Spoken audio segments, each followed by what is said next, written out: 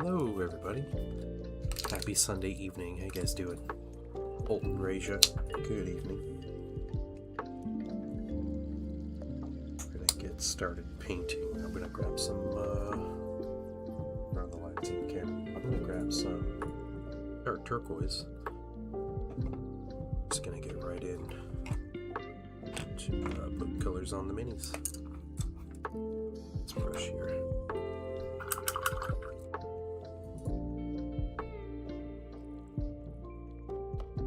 And I am painting bases mostly today, but we'll move over. We'll have some washes that need to dry, and then we'll finish up the actual Thousand Suns unit proper while that's drying. But that should be the evening. Should be finishing up these minis, and all it'll take it'll be some varnishing and weathering powder, and everybody's done.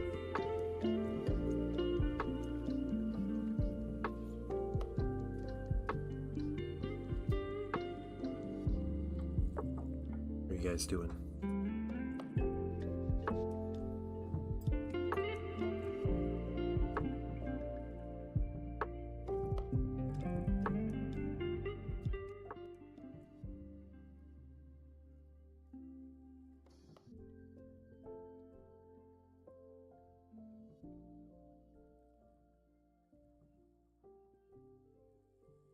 Hey, Frankie Fingers.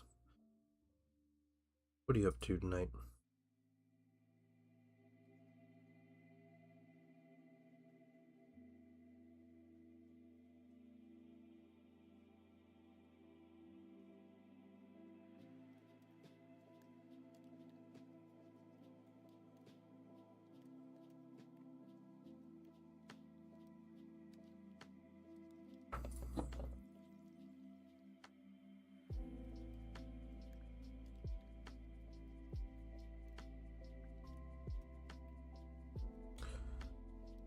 Kelly, welcome in.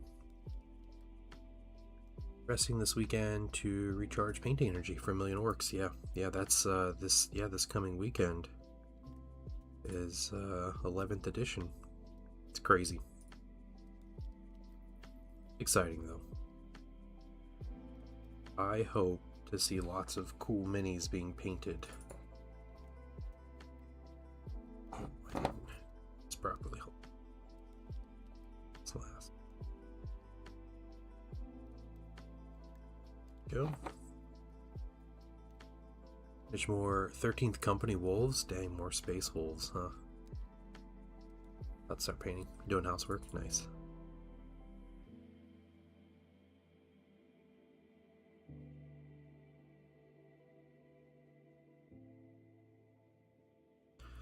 A good weekend here. Spent the day at the pool yesterday. It was fun. Hang out and see some friends, and chilled at home today, but got a lot done.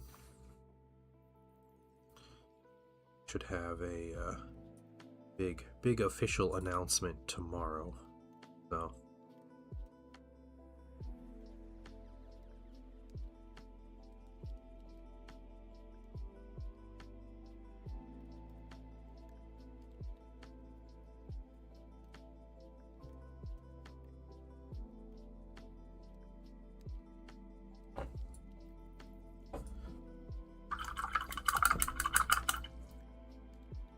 start on this. We just have, I think, just 3 colors we put down, then we put a wash down.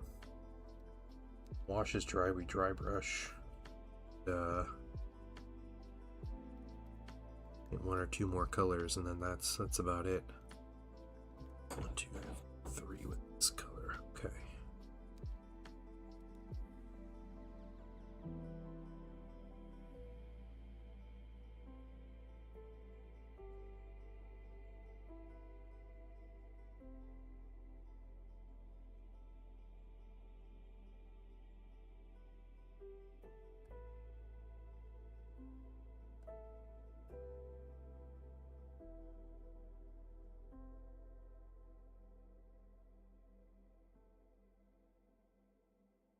Yeah, but you have, oh no, the print cam's not on.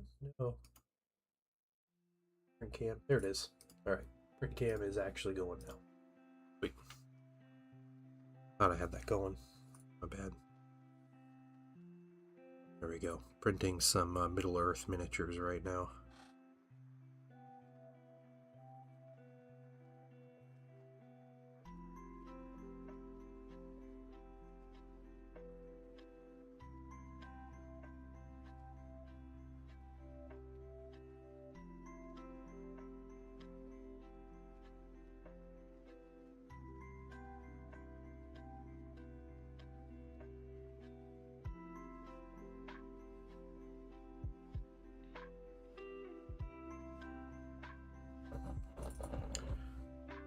That one. Next one. Let's do the Sev piece.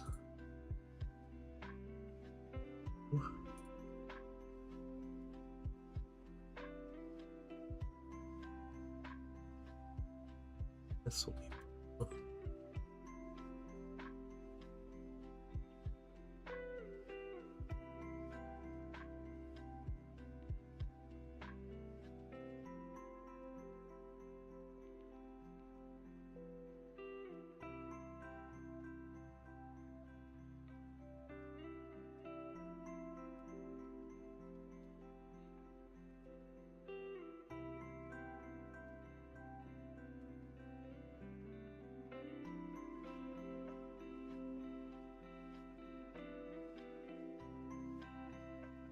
How's everybody's weekend been?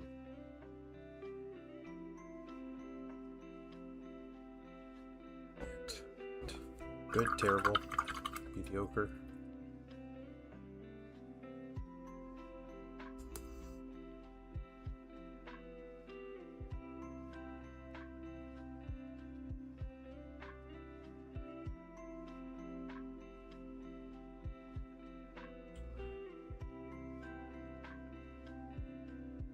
Something a little different. Paint blue here.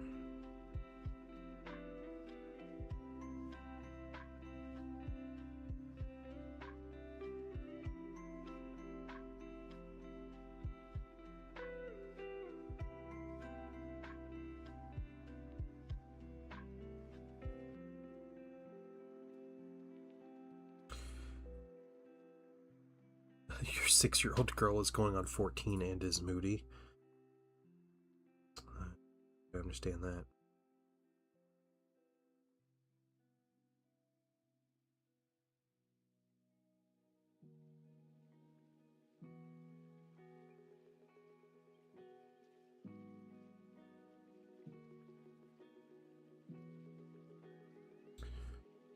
Okay, we have 2 of these.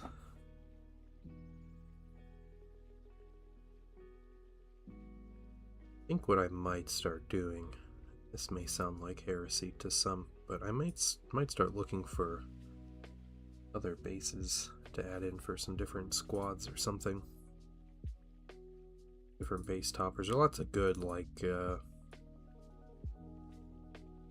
themed base toppers that work for my army, especially if I'm painting them like this, and they can cover kind of different parts of the city or wherever.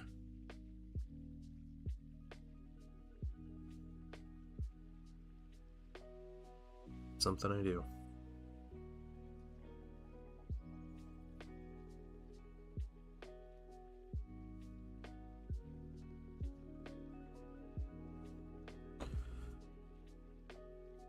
How many of you guys are getting the Armageddon set?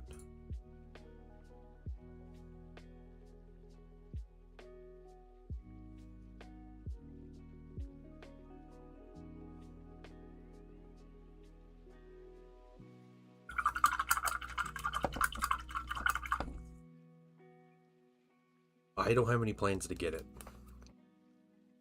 If, you know, a few months down the line or something,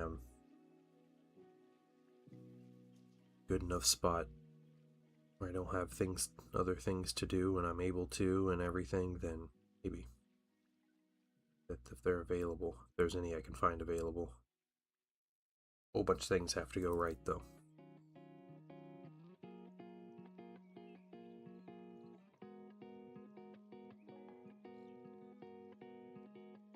Start this one here.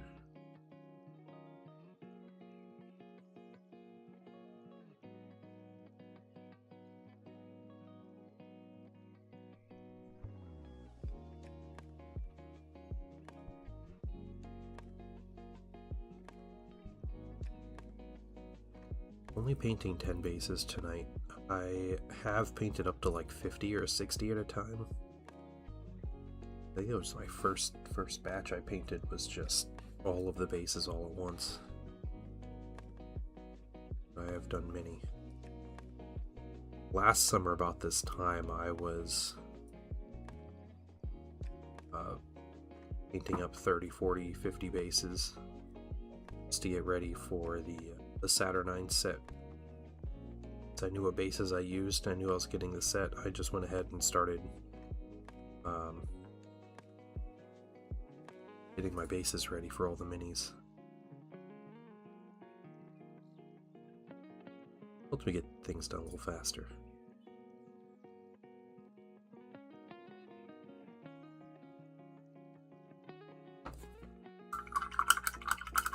Hey, Crimson Toaster, welcome in.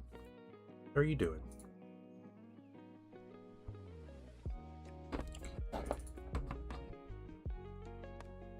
This is here.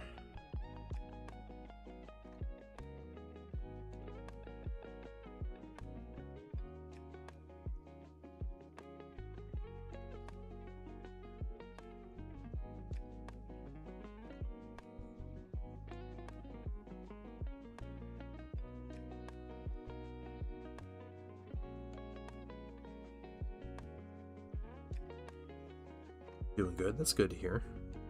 Yeah, I'm doing really well. Happy to be chilling and painting right now.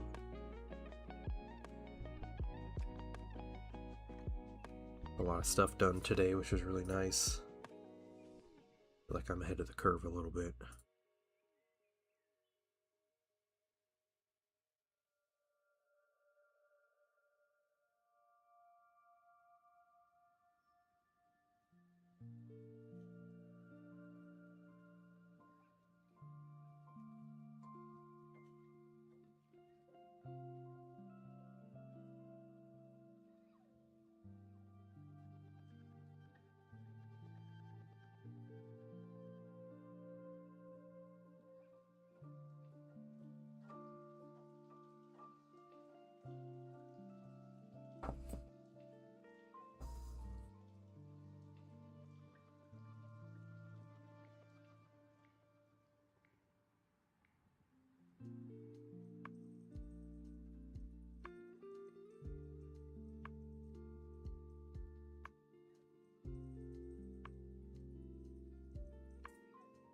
Hey, Jaded Valkyrie, welcome in. Last finals for school. The school year next week? Oh, okay, yeah. Well, good luck.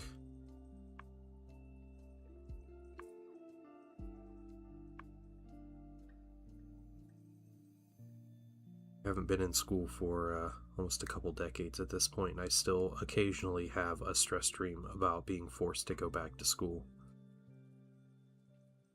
It's kind of annoying, yeah.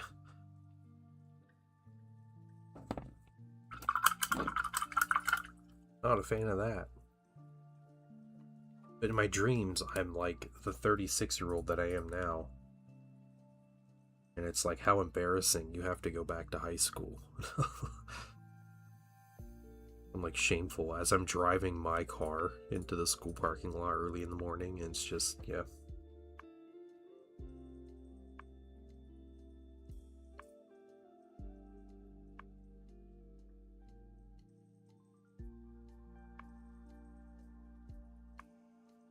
It would be a lot of nope. Yeah, exactly, yeah.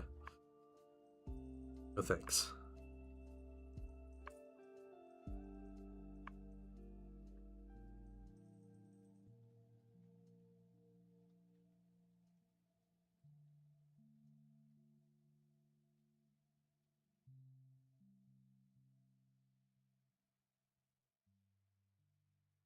This is the last bit of blue that we need, so we're going to put down some ivory. onto the palette. This will be a little quicker to paint, so we can go ahead and put that blue up. Get down free. Kind of set all my colors out that I needed today.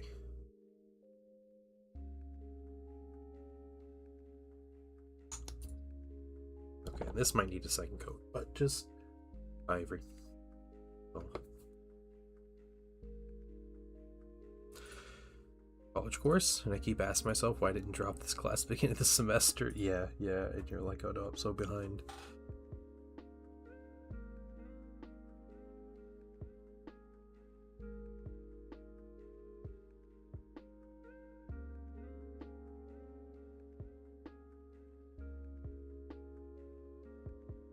Has anyone else been playing Tabletop Tavern? Anyone seen that? Got it, played it?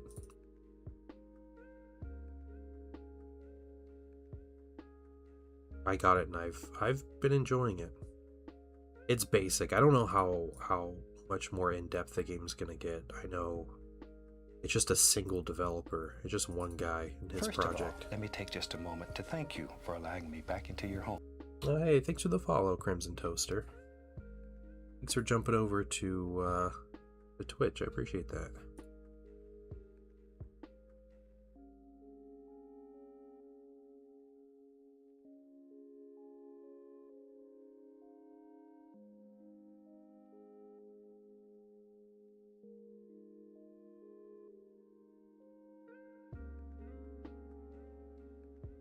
Yeah, and they won't let you sleep, the F-35 pilots? What's going on?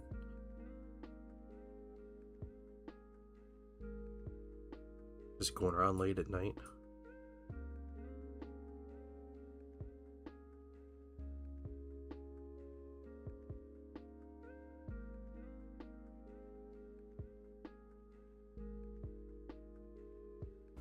Alright, there's one.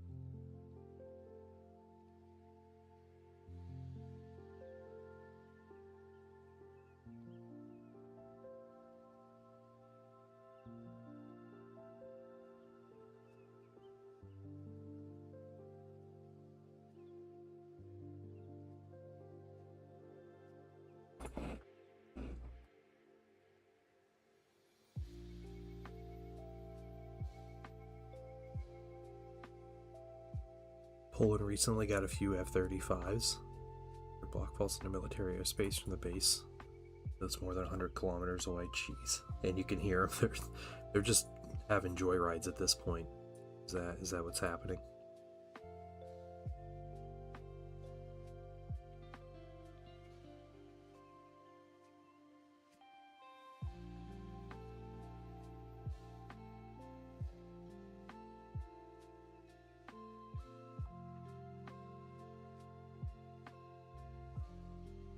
That's wild, though.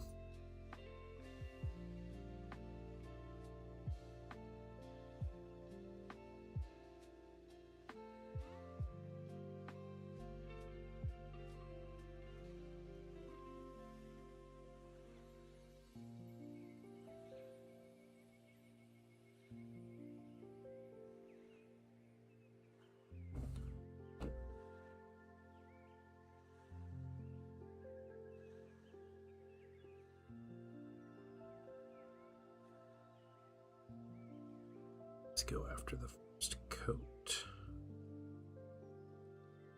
Some silver down.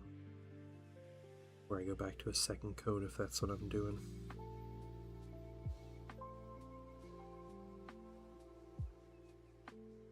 next to Miramar in the 80s. Top Gun flew over my house. Oh, dang, okay.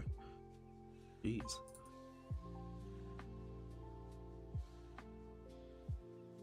Or was an air show in your city? You could see it from, or the next city, you could see it. That's cool, though. That's really cool. Yeah, yeah, it's gonna be us soon. There's an air show this coming weekend, relatively close to us. What's going on, Zen? How you doing?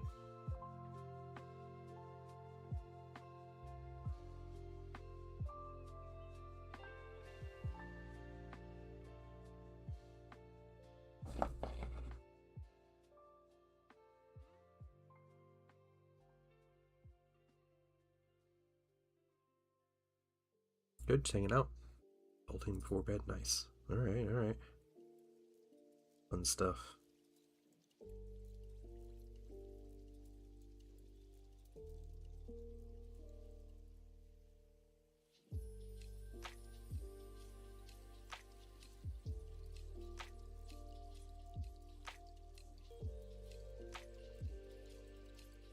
Went to the pool yesterday, and I think the painting son has reached an age or like an understanding of like he's learned how to do things, and if he actually just tries them and be like reasonably competent at it from the get-go. So for example, this whole soccer season, this season, he just decided he was going to try really hard, and he's been doing very well. Like much better than I've ever seen. He just puts in so much more effort, and I feel like he's known he could do those things, or they're things that he's learned, but he just kind of decided he was going to do it. And it was very much like that with swimming yesterday. The pool, where he's had swim lessons, but he's never been terribly interested in swimming or wanting to learn how to swim. So, you know, we use the little arm floaties a lot and everything, and or he'll stay in like the shallow end or something. But we got in the pool, and I don't even know if we mentioned that we didn't have them initially, that we didn't have any like floaty things for him or anything, but we went to the pool and he was just really cool. Just jumped right in, and we swam for about 3 hours. Something. It was crazy. And he was just moving the whole time. Going in the deeper end and everything, and yeah.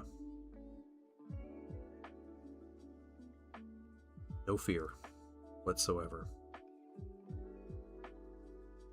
But he's done swim lessons for a couple years at this point.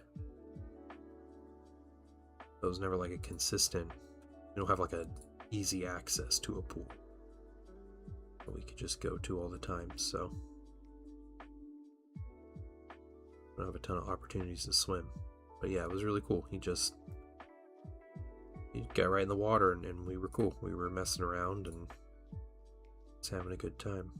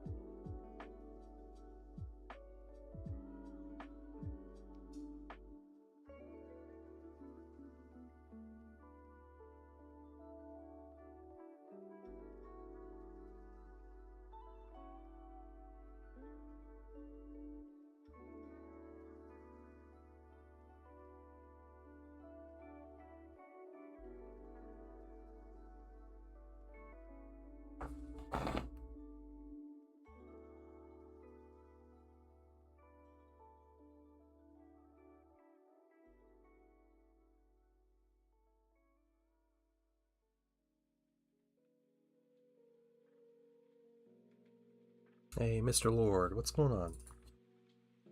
These bases are for the Thousand Suns I've been painting this past week, who are basically done. We're going to put a wash on these bases here in a few minutes.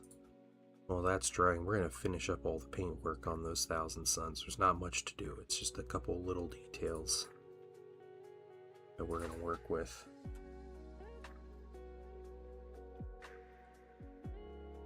But yeah, that's what these bases are for. And they are 3D printed base toppers on top of just a plastic GW base.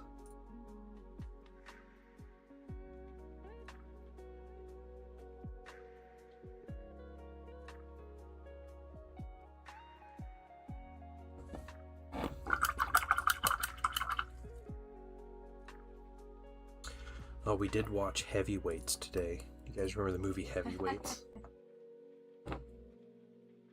I was wanting to watch that movie. I was wanting to show the paintings on that movie. I used to watch that all the time when I was a kid.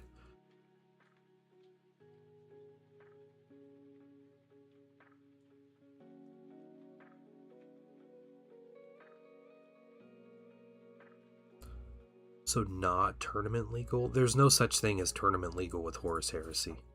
But this would totally be tournament. I assume it'd be tournament legal. I don't know. I have no idea. I don't pay attention to any of that because that sounds like nonsense to me. Tournament legal sounds like anti-fun.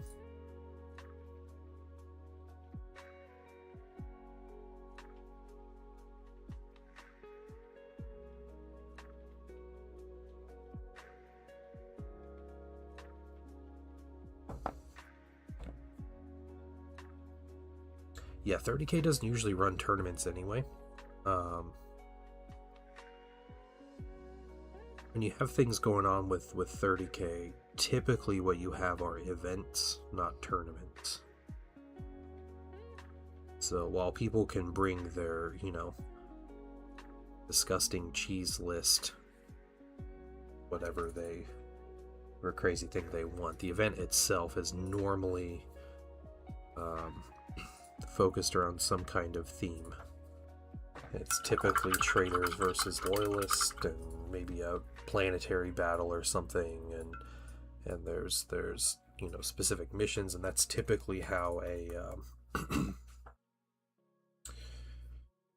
basically how 30K events run. Basically, it's anti-fun.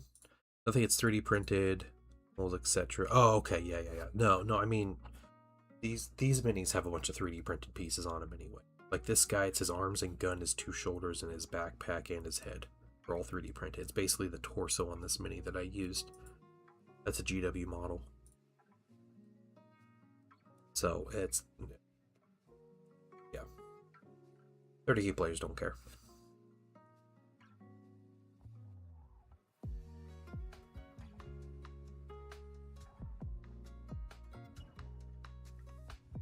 Yeah, and there is a GW store, relatively in the same metro area as me, but I don't go there, and I have never met anyone that goes there, because they're probably the only store in the county that charges MSRP for Games Workshop miniatures. So I don't know why someone would go and purchase miniatures from there. That's local. We have a ton of really big and nice game stores.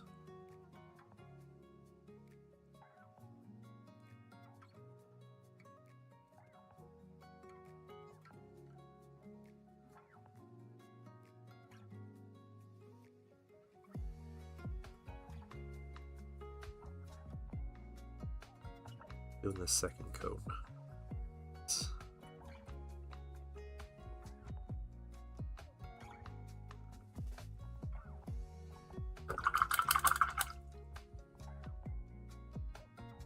I will say my actual 40K armies, though, I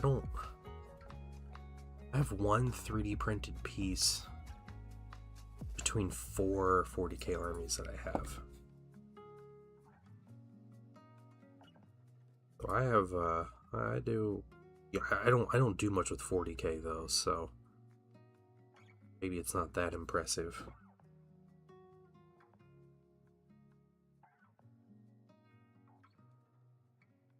I don't play 40k a whole lot, but it was definitely a game. Two of the armies I was collecting, it was just when I could find discount boxes and stuff, I would get it and just add them to the army. I got 2, 3, or 4,000 point armies out of that over a couple years. One army I've had since 2010. I haven't added to for a long time, and then one was basically a stream vote a couple years ago, and I collected some stuff, and it was not tenable to collect as many miniatures as I need for a full Genestealer Cult army. And slowly painting Night Lords. All the red today, my 2 brown fish. Hey, you're making progress. As long as you're making progress, that's progress. It's a mindset thing.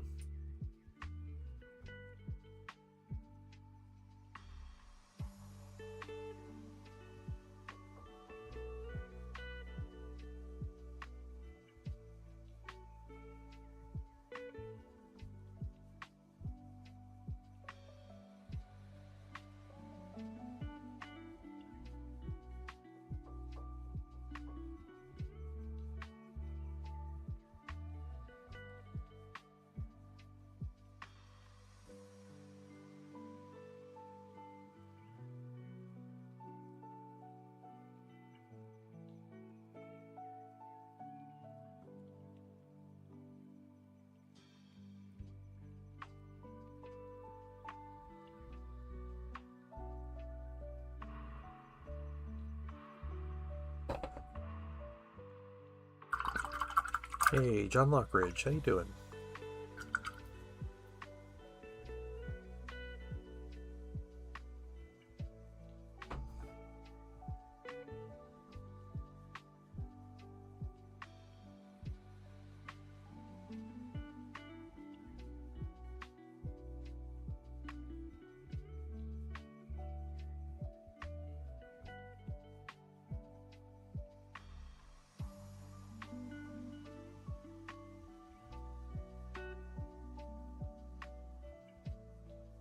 Watch some hockey and World Cup. Nice.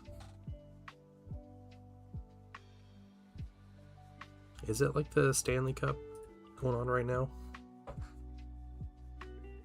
I don't know. I'm not paying attention to anything.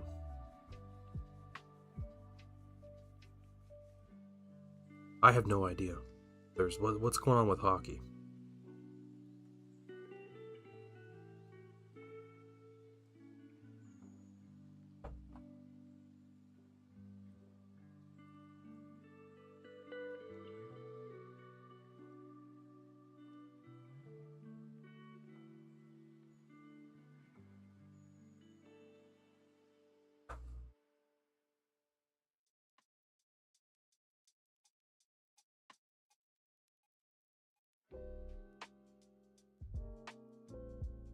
I adjusted my camera angle to a more comfortable position.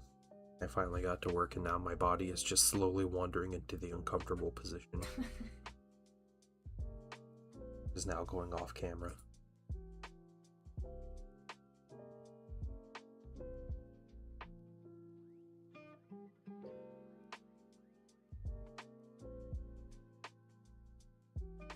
Nope.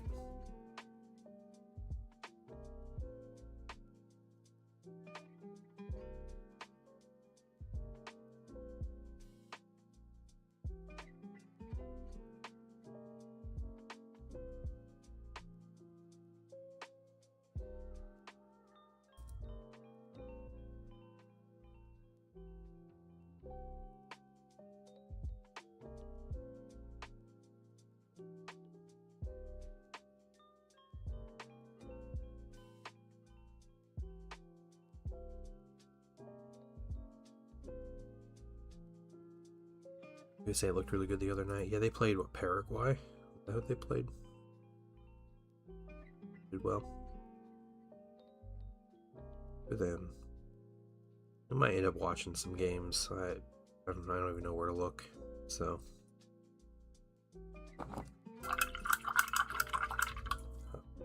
Great. Finish the ivory. is already in a good spot. We're gonna get some dark silver. That ivory back.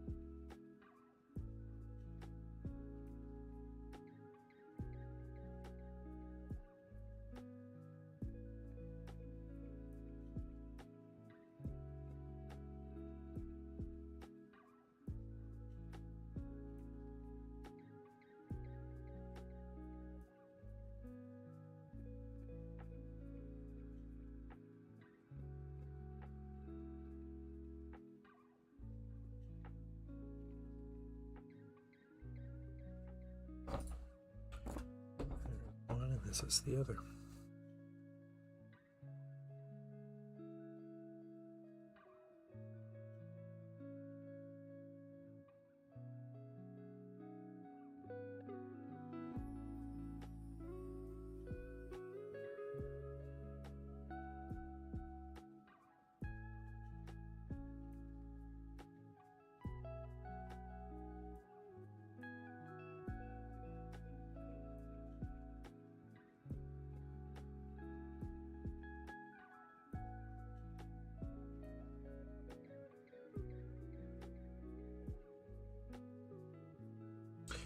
You don't need kit bash. Yeah, I do kit bashes all the time. Yeah.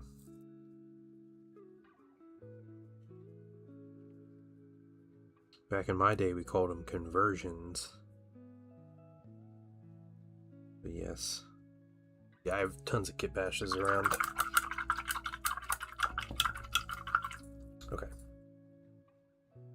Got that done. We might be able to stick with, well, we're gonna get just some cheap brown wash here.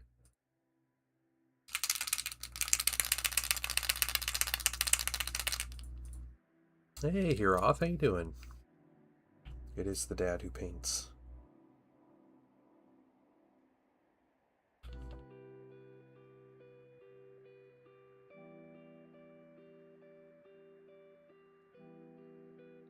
If that's enough wash. Let's get a...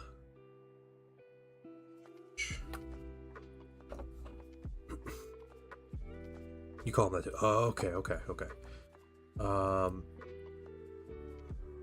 Cool examples.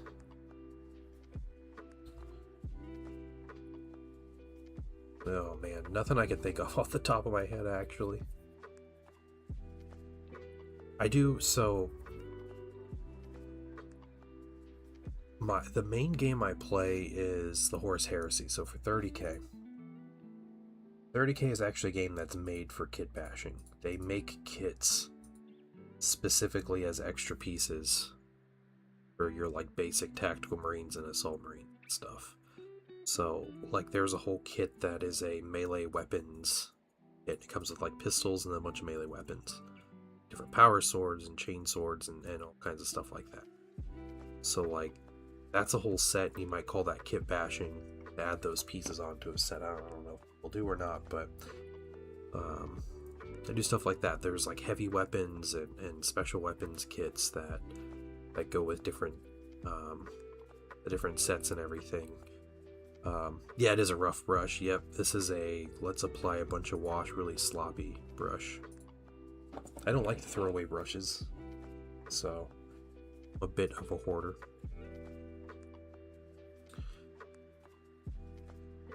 So I will use those kits, I guess, as intended, and you know, kind of mix and match them like that. But outside of that, I do a lot of 3D printing of just basic like upgrade bits and things for my minis. So my Seeker Squad that I'm painting and whose bases I'm painting right, they have different bolters. I got some nice like Thousand Suns themed heads and shoulder pads with the icons already on them and everything, because there's no like Mark II shoulder pads, no plastic alternatives out there for like this kit anyway. So yeah, I'll 3D print those kind of bits and stuff, and that's kind of a kit bash, I guess. But most of my Thousand Suns, I think probably somewhere over 50%, maybe not completely percent, have some kind of unique shoulder pad or helmet or something on them, 3D printed bit on them. Anything you say? Oh, that's alright, Heroth. Yeah, yep. That's me, I'm here. What's up, T-Slayer? How you doing? Just working on base. We're gonna give these some time to dry here. We're gonna work on the actual Marines proper, and this wash is drying, so we're not just standing here or sitting here watching paint dry.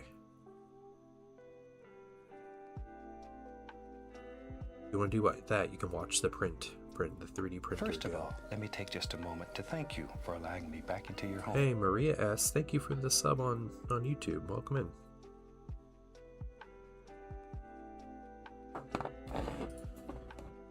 That...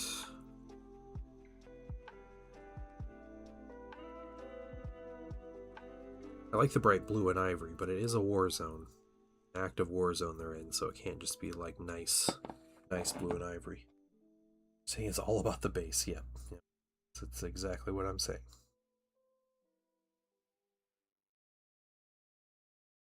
There was a version of that song that was so good, and it was by Postmodern Jukebox on YouTube.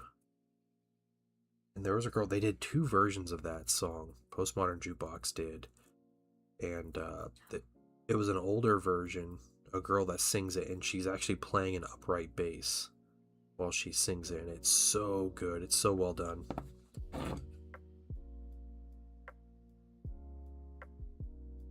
Is that tomorrow you're going back to work, Blair? That's too...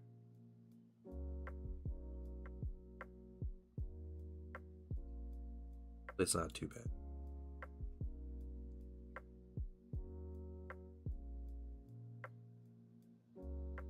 Ooh, got the wash in that.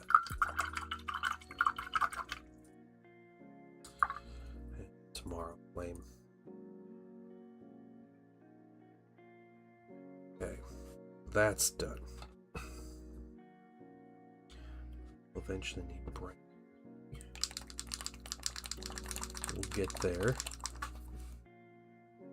Chance we can get all this done all the time. Pro paint. It's rough on the imposter syndrome. Who's the pro that you watch paint? Who is that, Heroth?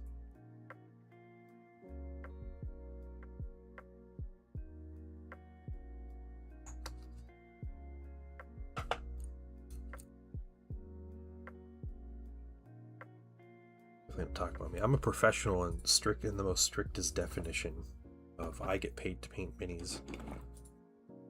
Not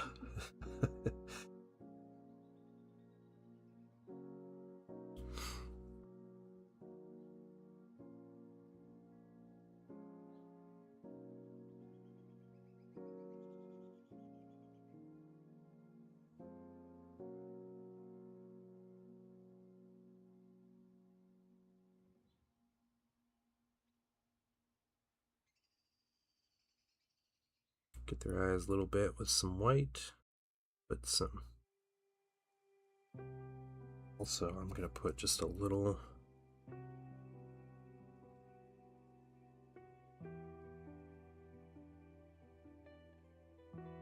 reflection point there. All right.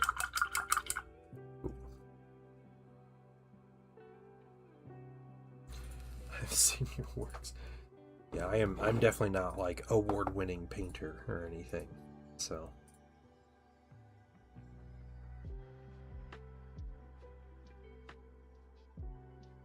just a dude that likes to paint minis. So rough. I don't. Do you clean your brushes here off?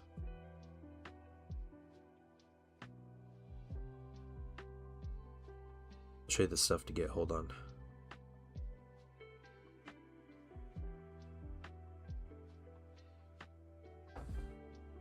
You ready? Hey, Blue, what's going on, man? This is the stuff. Okay. It's called Gentastics Drunken Brush Goop. And, because Jen makes it. Who is, I believe, one of the owners of Monument Hobbies. She like makes it in a blender in their break room. Or she did at least. But this is a brush cleaner. Yeah, water them, spin them slowly until the paint's gone. Yeah, and what I do, I will kind of like lather them up in the brush soap. Then I'll use my fingers and just kind of like work the soap into the bristles. You don't have to be like rough on them or anything. When I'm done with all of that, I go through a couple cycles of that. I'll find a spot in the soap and I'll get my brush damp, and I will like pull it through while twisting. Do that kind of twisting motion and pull the brush through and kind of form the point. And this stuff will hold it there, and it'll like keep it like a conditioner and everything, and it just sits in there until I use them again. And it helps them keep their point a little better. So, I don't know, maybe that's the trick to keeping the nice point. Yeah, the Master Soap is fine too. I use that for years.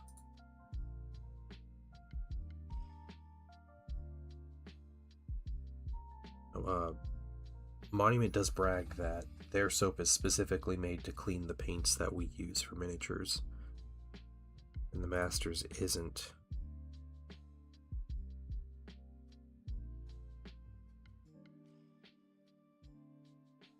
But I never had a problem like keeping my brushes together using the Masters.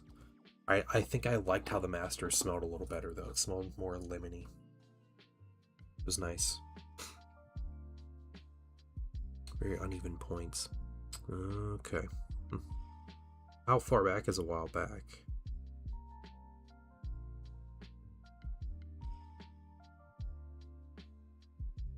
I mean, I probably paint a lot more than you do, but, you know, my brushes last me a year or so. I paint way more than your average person, though, so.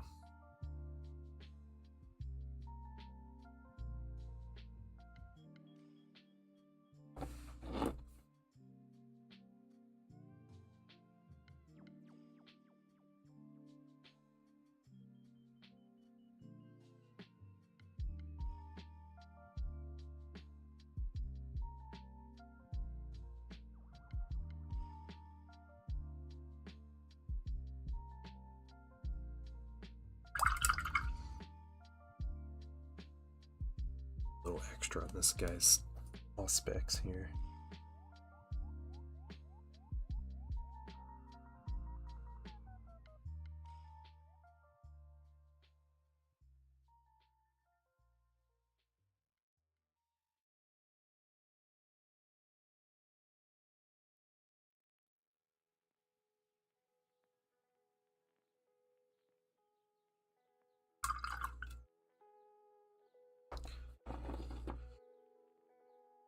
Chungus on Steam on stream. Oh yeah, you should do it.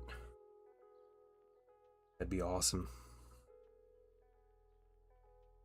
You have it primed and everything?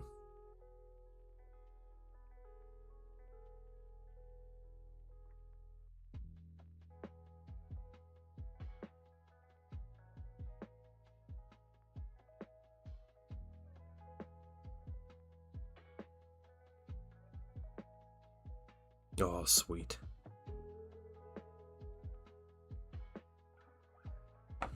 Picked up a Rescue Mini. That's to be fun one to paint. I'm not familiar with that. What is that? Here, off. It's the Master. Yeah, the Master's is fine. I used it for years and it was fine.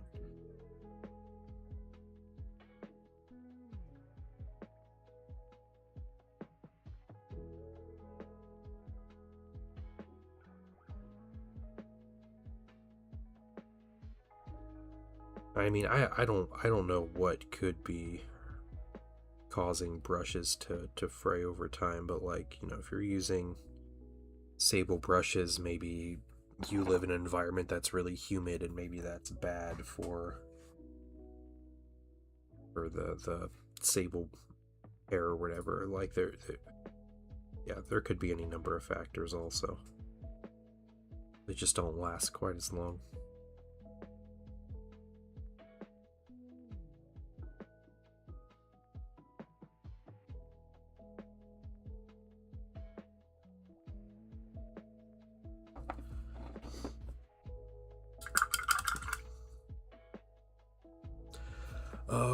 Okay. It's one of the big bad monsters of D&D. Man, I don't even know that. Never heard of that thing.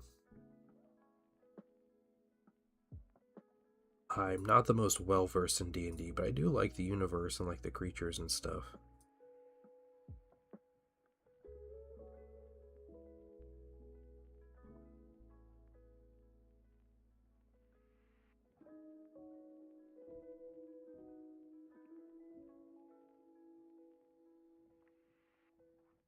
Oh, dang. Yeah, that is a huge mini. Alright.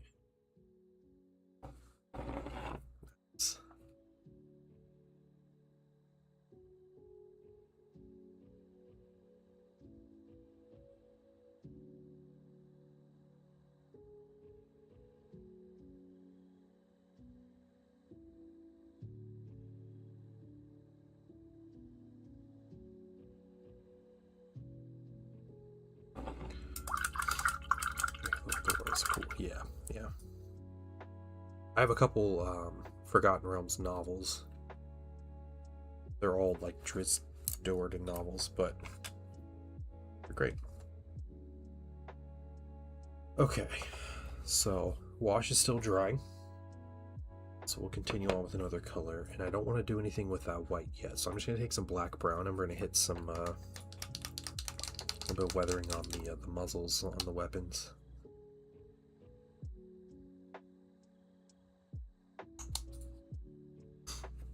Take another janky brush. I'll strip a cardboard here.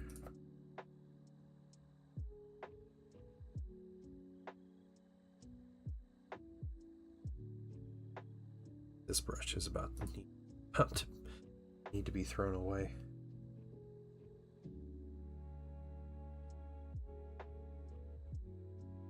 That brush.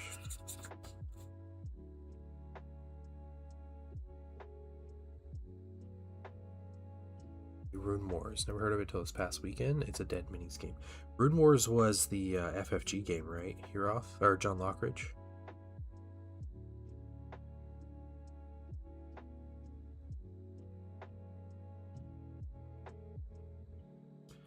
If that's the game, because it was based on like Fantasy Flight had their own kind of fantasy setting, and it was like the rune setting or whatever. It wasn't a RuneScape, was it? A RuneScape's like a video game or something, but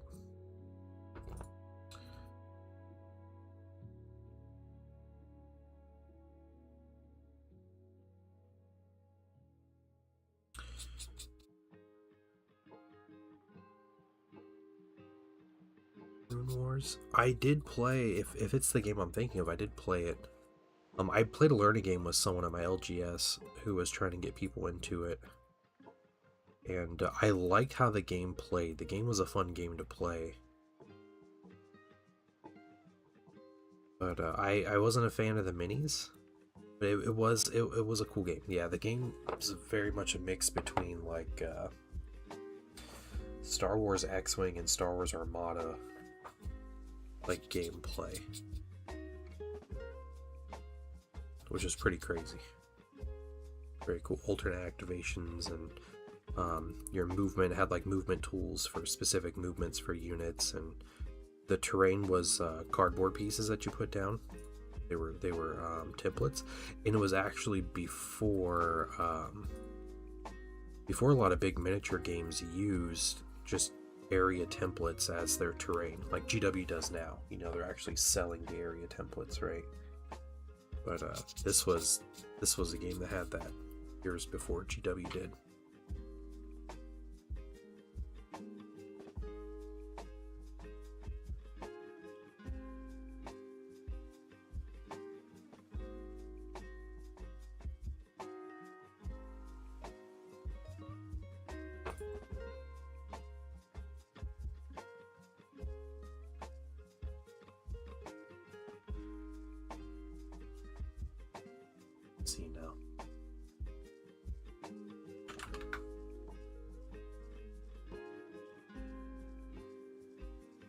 Yeah, Rune Wars is the game.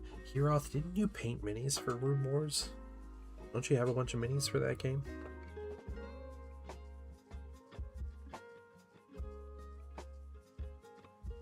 I feel like it was you. I used to watch you stream and you would painting like random Rune Wars minis.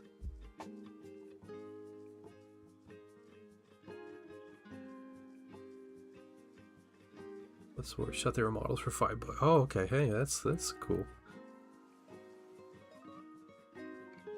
Yeah, they released. I remember when they released that game. Hold on, they announced it. When they announced this game, that game in 20.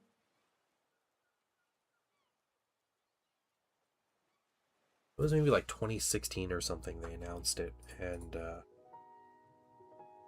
it's kind of iffy from the start. But I think they were really capitalizing on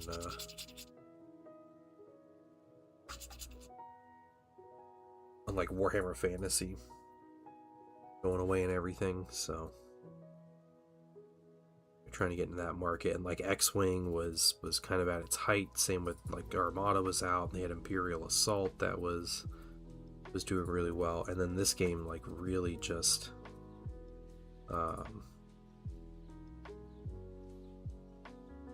was like a combination of all those.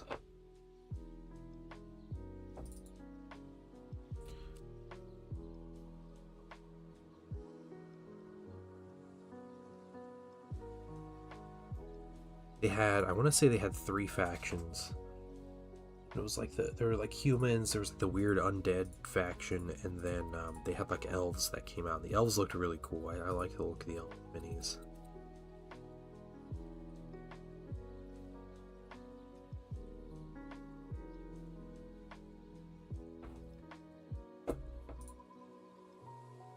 Not a mini, that's a mini. There we go.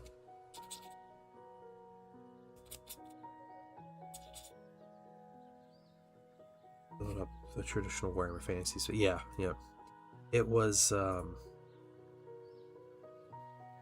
company that was the most successful with it was Mantic Games, doing Kings of War. But in the US, as far as I know, Kings of War was never super popular.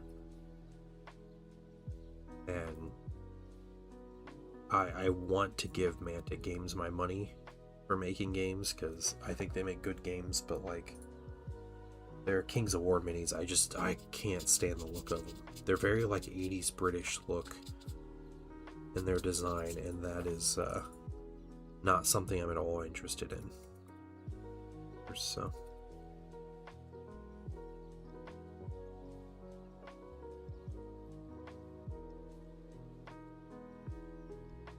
they started, Mantic Games was founded with Kings of War well before the death of Warhammer Fantasy, and it was always made just to capitalize off of Warhammer Fantasy fans originally wanting a better rule set, and then hopefully migrating into buying their minis. And I mean, they've done well enough to stick around, but it seems like the IPs they borrow do a lot better than their base stuff. But I don't know. Like they do Halo Flashpoint, which honestly looks better and better every time they release something. I thought the stuff they announced recently looked really cool. The grunts and jackals and stuff.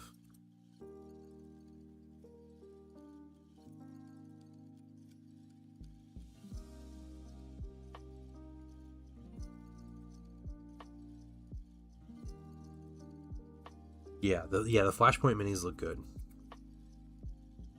Are they all hard plastic? Or are they like weird like plastic resin?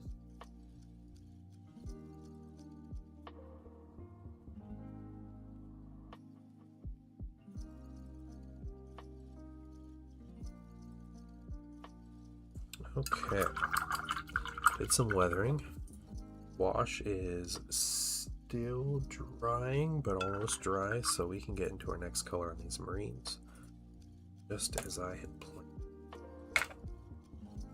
I'm gonna grab Striking Scorpion Green.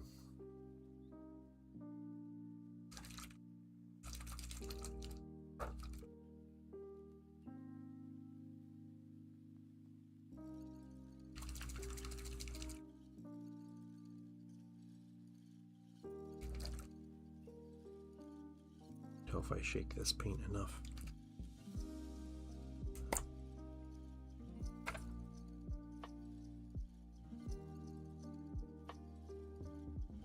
Put that down. Yeah, Eldar flavor colors. What's up, Big Papa? How you doing?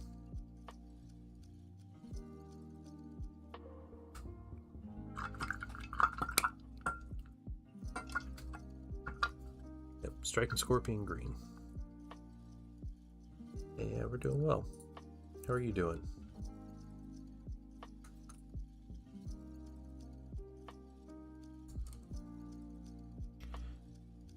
This little longer sharp point brush here. And layer this stuff.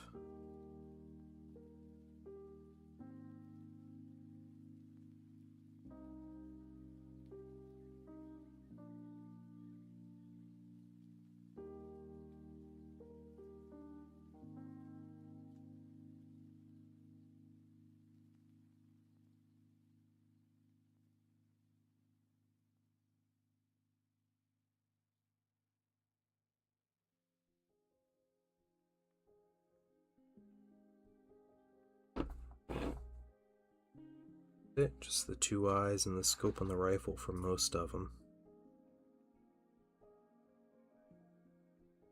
Guys get some extra, but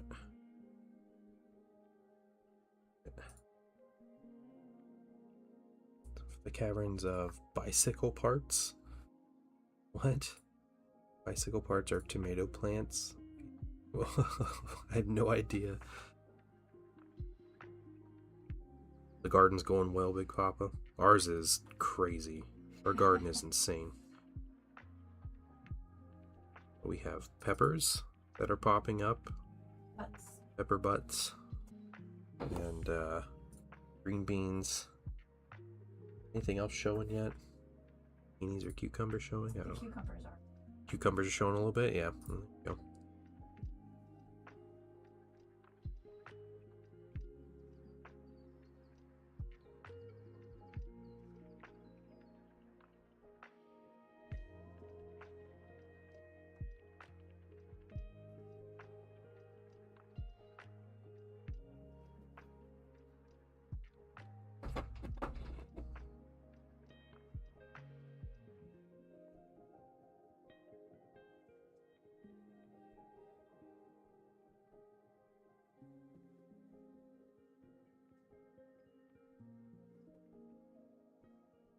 Yeah, it should be a fun week of streams this week. I'm gonna plan on painting possibly the largest mini I've ever painted.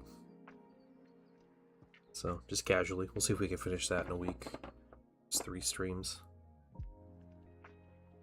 Raise your tomato trellises, outgrown your 7.5-foot netting. Oh my gosh. Jungle out in the Cretaceous period in your backyard. That's insane though. Geez, 7.5-foot tomato plants.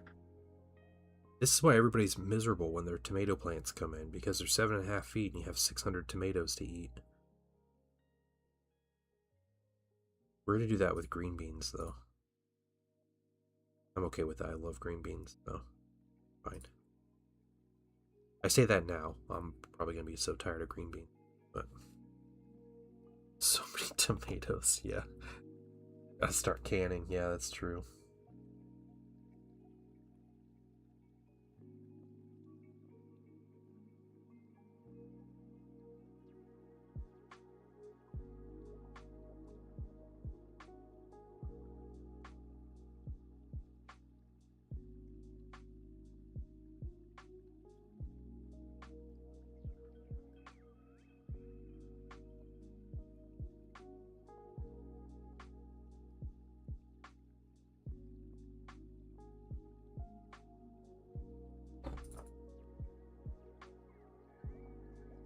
Trying to replace your tomato sauce bill?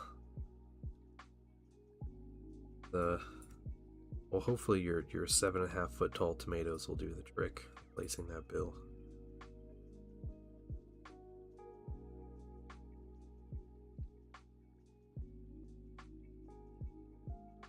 It's probably the only time we actually eat tomatoes is when it's in like a tomato sauce, so I don't like eating just tomatoes on their own.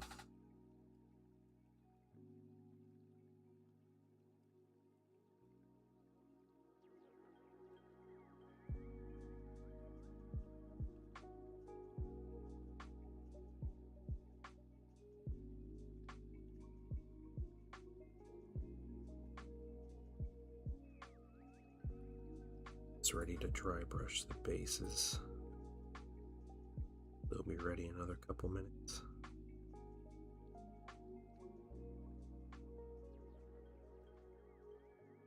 You made homemade ketchup once? That's pretty quick.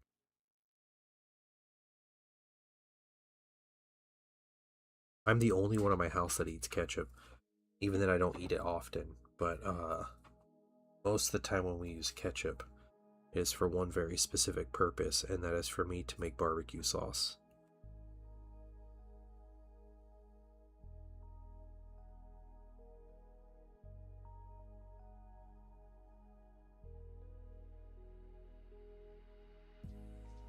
That's it.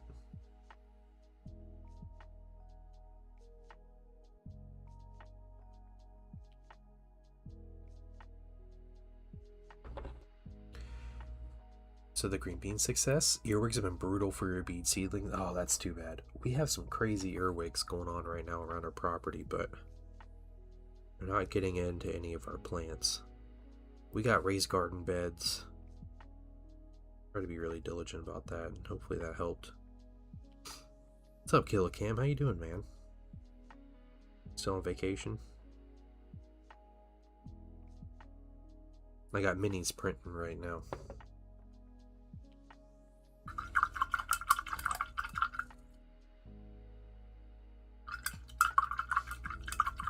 Just got back in town. Gotcha. Nice. Good. Really good trip. Let's take a look.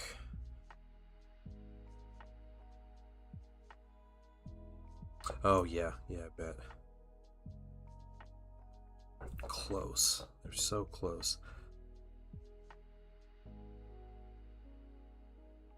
Almost planned that out perfect, but...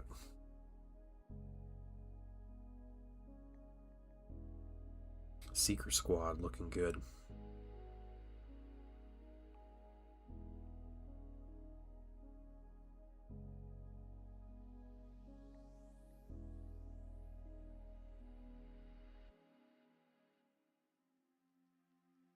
Yeah, I'm happy with how these minis turned out. I'm gonna be happy to be done painting Mark II Marines. There's one more instance where I want Mark II Marines, and it might end up being trades whenever Mark IV comes out. Just need 5 of them to make a command squad. I don't think I have 5 Marines. I'll have to go check my box and see if I have the sprues for 5 more. Yeah, I'm at about 15k. Yeah. These guys add 10. The Seekers are cheap though. I have a record of this. I have 2 like lists going, army lists, new recruit. One is for my completed minis for the army, and one is for my in progress minis. Let's see, the Seekers. Okay, yeah, 225 points for this squad.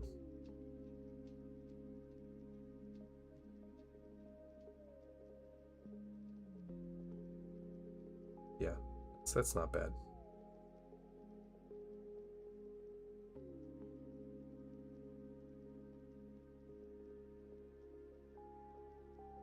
They're cool Marines. The blue will be a nice addition.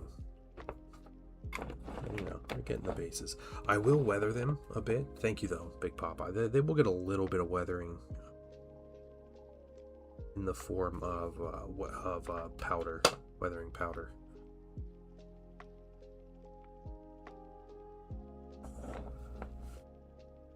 That's the big weathering that'll happen with these.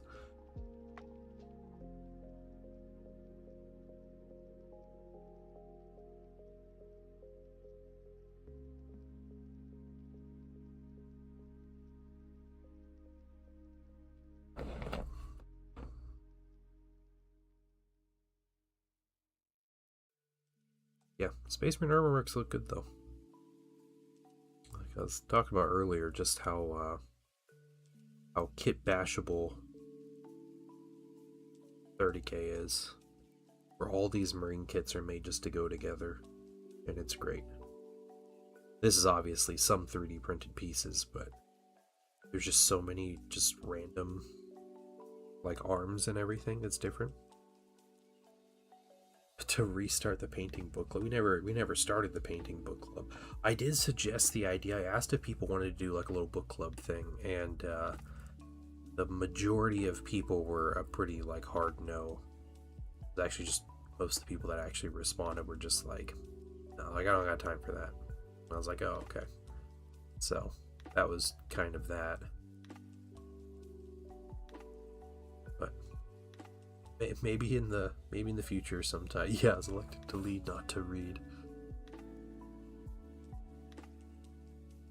Every situation in real life has a Simpsons quote associated with it. Right. These Marines are actually some of the last Marines that I have that were base coated with my AK Clear Red.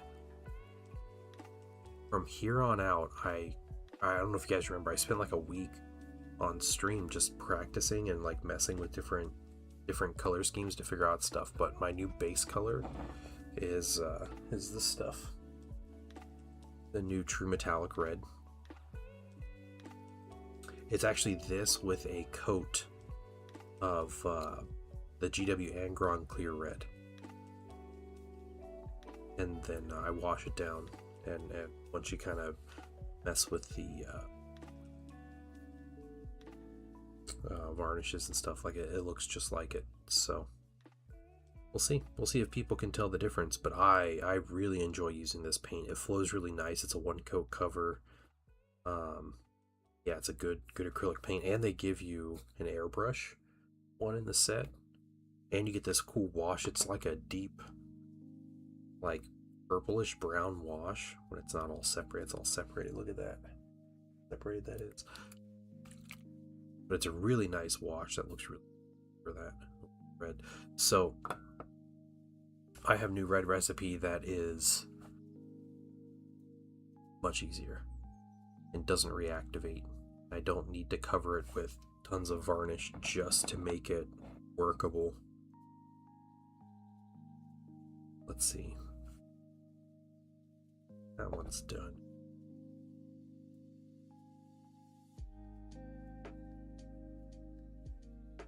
Well, it's not quite. Cam, you see the print cam going? Printers, hold on. Where's right there? Printer's going. Printing ints right now.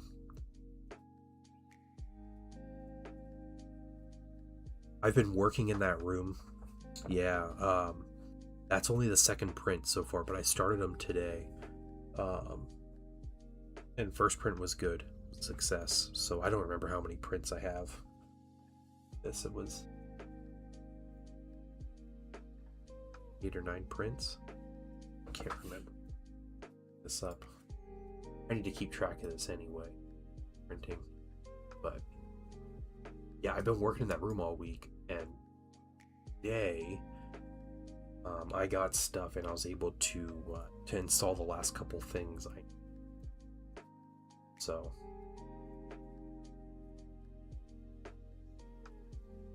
Section 1, 2, 4, 5, 6, 7, 8. Yeah, 8 prints. Yeah, they look good. Yeah, I might need a 9th print. We'll see what if some pieces end up being any kind of hippie or anything. The pre-supports are I don't know. We'll see. We'll see about the pre-supports. Some of these are definitely not. Like the little crevices. Dry, dry.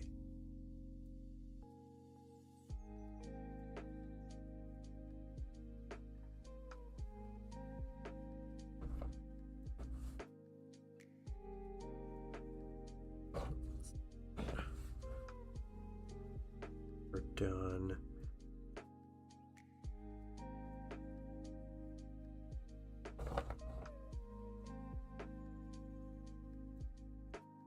yeah, I might end up printing a couple for myself to paint, like one or two for myself, and then I think my wife wants to paint one, and my son might have one to paint. So I just might be printing ends for the next 2 weeks. Yeah.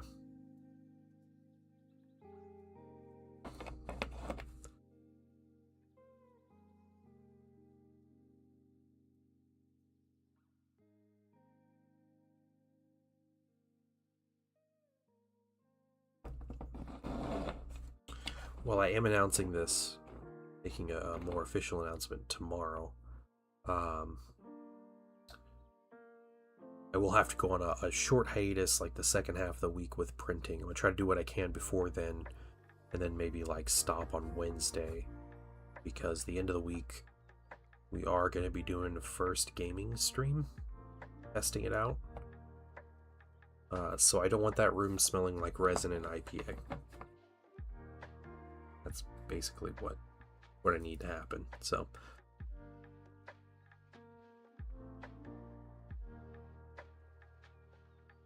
yeah, I'm excited. And I think maybe tomorrow I might start sending some messages to people to schedule games. But Cam, you are always welcome to come over and game on stream, dude, because it's gonna be great. We can get twisted in there, man. Yeah, thanks, man. Yeah. No, I'm gonna try to make sure it's not like that. I've had the window open all day. While I've been printing, it's helped a lot. I also have an air purifier that's going, so.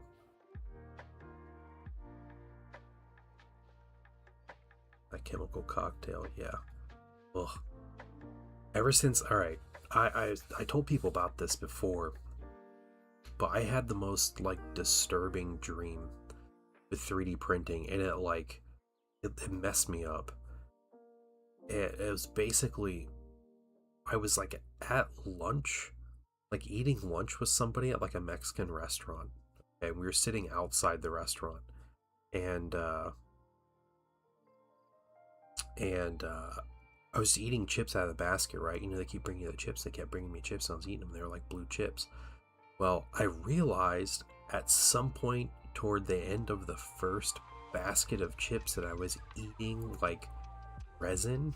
It was like cured like 3D print resin, and I print with blue resin, so it was like that same color resin, and I could like taste it, you know, and I woke up and like I felt terrible, like sick to my stomach, waking up. Like, was somebody feeding me resin while I was asleep? I don't know, but that's what they taste. Exactly, I was eating them. I was like, oh, like, what are these? And then like I just kept eating. I was like, wait a minute, like that's, yeah, yeah, that messed me up. That dream messed me up. It stuck with me. What's going to be the first game? We're going to play a small game of 30k. That's going to be the first game. So, like I said, details will be tomorrow.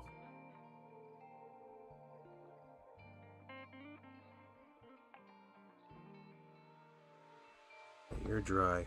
You're dry. We'll do these dudes last. Yeah. I saw you out there looking for some 30k stuff. Saw that, dude. Again, Billicam. You need help with things, you just let me know, alright? I do have a good STL file for Greyslayer axes and shields.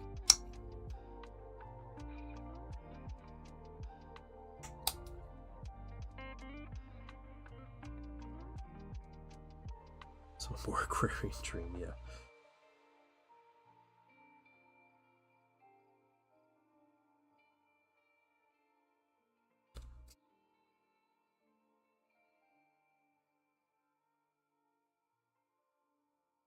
All right.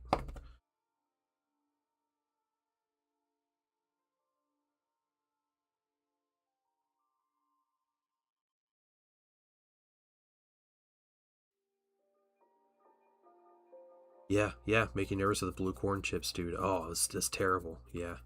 I don't know if I could eat blue corn chips now, just because that dream messed me up. I was just eating them, and I got to the bottom, like, man, I've been eating resin this whole time. I like woke up and like that whole day, it was just like the taste of resin that I have never tasted before in real life, but it's like the smell. It's like lingered with me. I don't think I was printing anything at the time either, so like, I don't think it was like fumes getting into the air ducts or anything.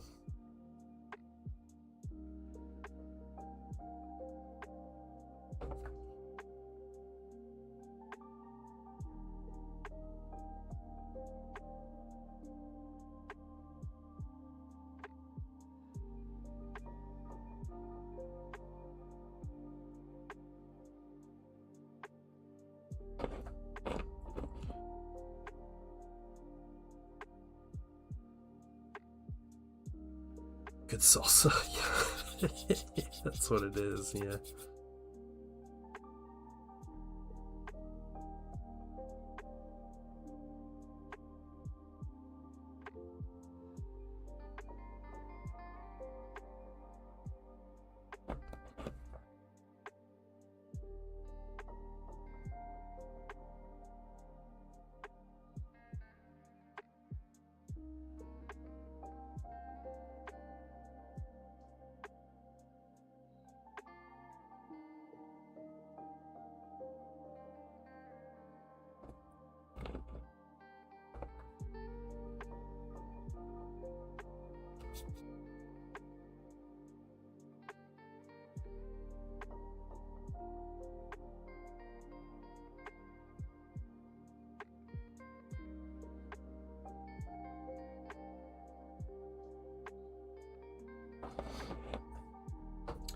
Pace is going well. We should finish. Yeah, we'll definitely finish them tonight.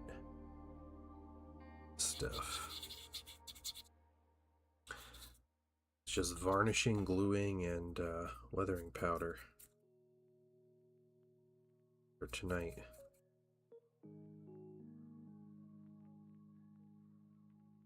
Simple bases.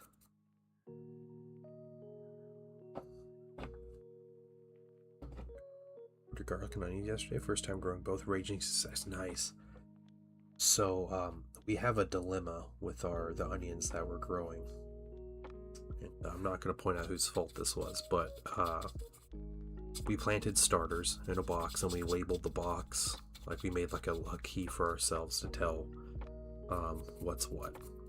We're growing two types of onions. We're growing green onions and we're growing like just normal like white onions. Well, in the process of these onions getting moved into the garden, planted, somebody forgot that we had multiple types of onions. So they just planted all the onions together.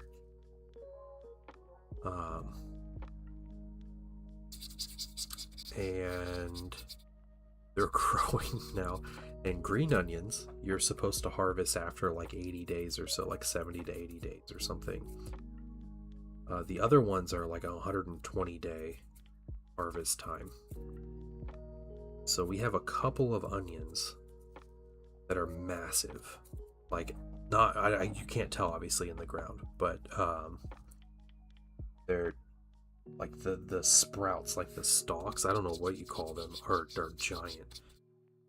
I don't want to pull it too early in case it's like a one of the bigger onions and it's not ready yet. But if it's a green onion, like it is more than ready to come up.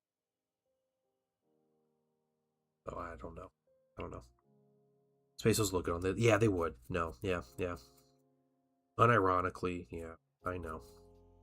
I do have dead space holes on some of these bases, but I agree with you.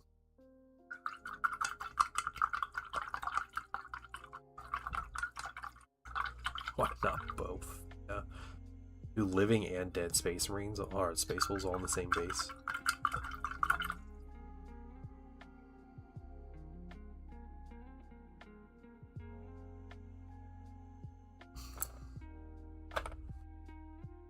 Okay. We finished that. Let's get bright gold down there. And we'll get a not so small brush. Ooh. You two don't have any shell case. I have shell case. Scoop some dirt back and look at the bulb. You think that's okay to do that? Like, just to move it? Because I'll do that tomorrow if it won't disturb anything.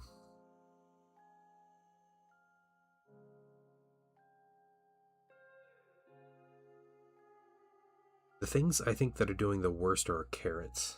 Our carrots don't look too great. We have some that look okay, but other ones that just don't. God, we're sprouted.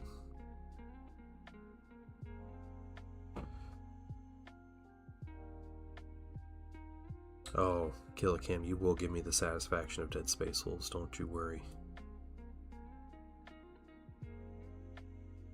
I just want to kill Leman Russ with a squad of Seekers. Or just like some derpy autocannon squad. Just gun him down where he stands.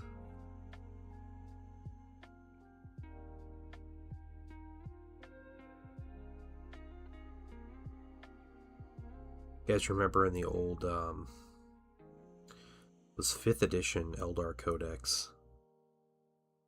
Was it 5th? Yeah, I think it was their 5th, or it was their 4th edition. It must have been their 4th edition codex. I don't think Eldar got a 5th edition codex, but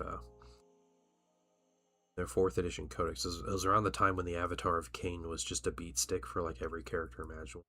It wasn't the Eldar Codex, it was the 5th edition Tyranid Codex. And it talked about the Tyranid invasion of Iyanden. There's this moment, this big moment where the Eldar, they did the impossible, the desperate thing where they summoned the Avatar of Cain and they sacrificed one of their own, and the Avatar of Cain comes out and he's, strutting out an Orif army and everything, and then he sees the Swarm Lord, points his sword at the Swarm Lord and starts marching toward him, like, as if he's issuing a challenge, and the Swarm Lord takes a step back, and then a dozen Carnifexes come out and just swarm the Avatar and kill it. Good all season. Okay, alright, I'll have to do that. Big Papa.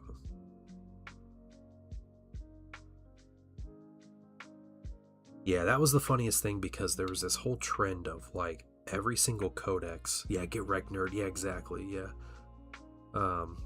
Every codex that came out, it seemed like, had this moment of an Avatar of Cain coming out and then some big character just like killing it in a one-on-one duel.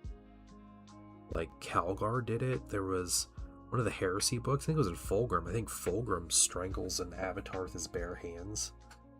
And it just like, there was something else. But then, yeah, and then this Tyranid book comes out, and you think it's gonna be some big duel between, the Swarm Lord, who's got 4 arms with swords on him, and then it's just throws a bunch of Carnifexes at him.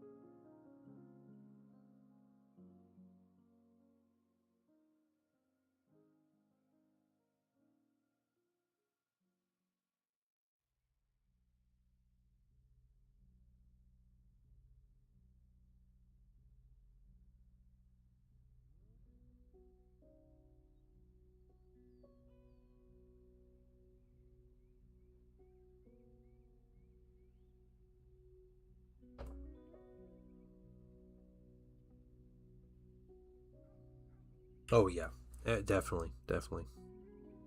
Well, and with Total War 40k coming out, there's a whole new opportunity for the Eldar to be the beat stick for everybody else. Like in all the trailers, right? I can see it now. They're gonna do faction trailers, and every faction trailer is just gonna be an avatar that steps out and gets killed by the main character. It's true. They're gonna do it. They're gonna do it for the memes.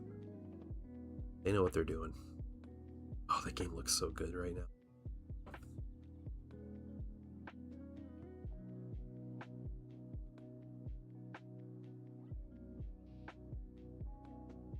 All right, one of the things about Total War that's going to happen with 40K Total War is there's a cover system. And it's not just if unit is standing in this like area, they get the benefit. Now, they get the benefit for standing in an area, but there's like a positioning system, like a fill system basically, where a squad goes to occupy a piece of terrain basically, and they will go and like fill in the empty spots in the terrain, like take up positions to like snap into place almost. And that's where they are, which looks incredible with like the Imperial Guard like filling out a trench network and stuff. It looks great. But on top of that, you can occupy like you can like garrison buildings and stuff. You can go into buildings and everything. But the terrain itself is destructible. So if there's a squad being a problem in terrain, you can just bring the building down. But then on the other end of it, if you bring buildings down, their ruins are now terrain that can be occupied by units.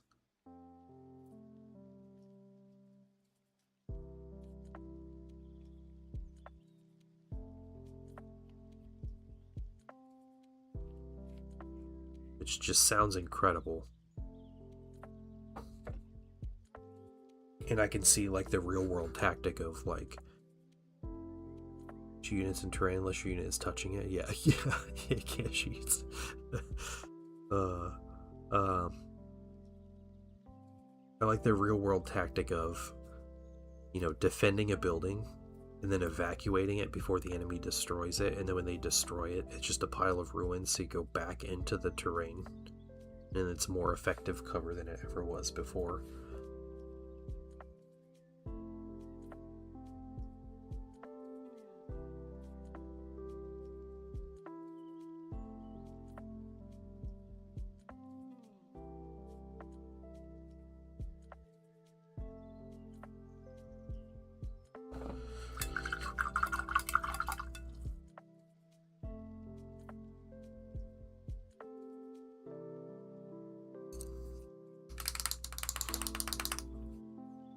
That looks great though.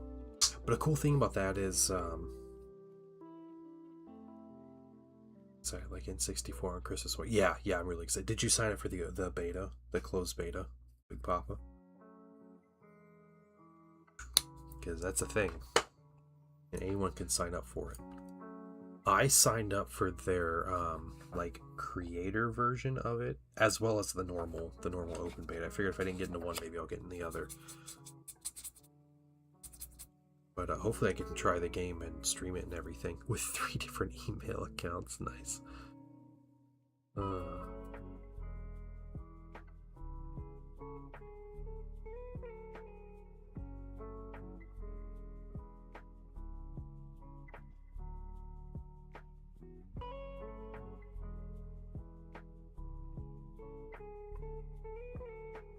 have a hard time playing a single game like non-stop for weeks or months on end, but I feel like if there's one game that could get me into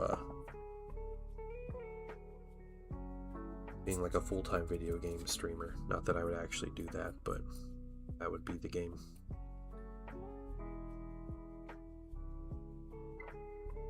A video game streamer.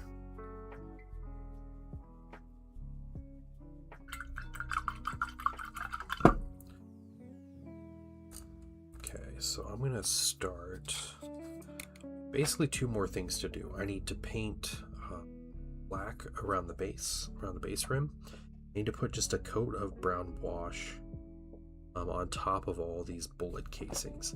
I'm gonna start with the coat of black just to give that gold a little bit more time to dry.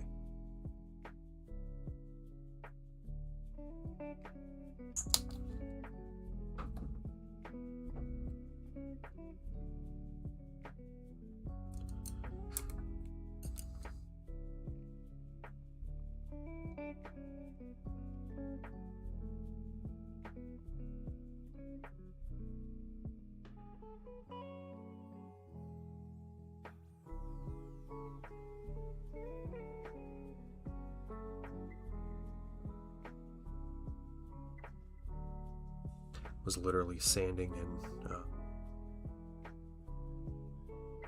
yeah, I sanded these bases down last night. Just glued the toppers to the bases this morning.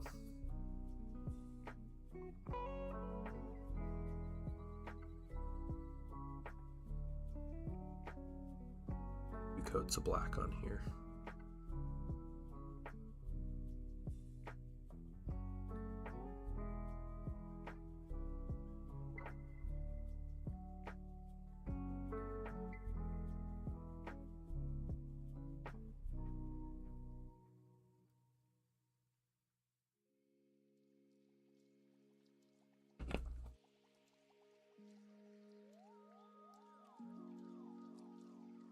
Sorry, I'm way up.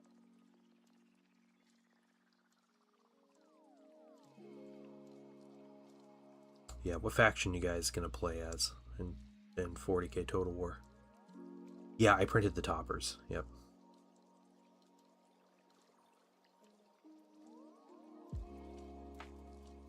Who's your go-to? Mine's gonna be the Guard, I think, but Space Marines are gonna be really enjoyable. I think the one I might be least excited to play at the start of the Orcs. I'll probably eventually play everything. No reason not to.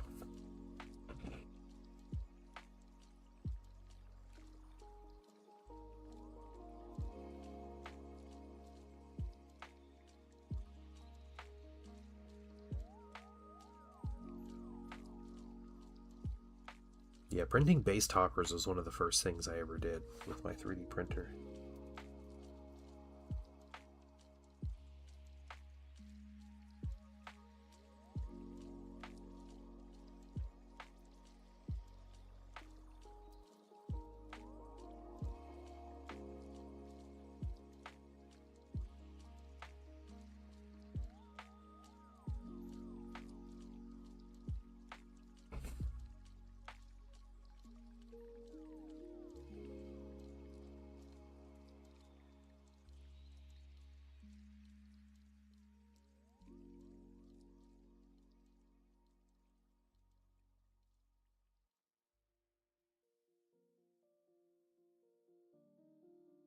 Space Marine switch over, obviously superior Eldari afterwards.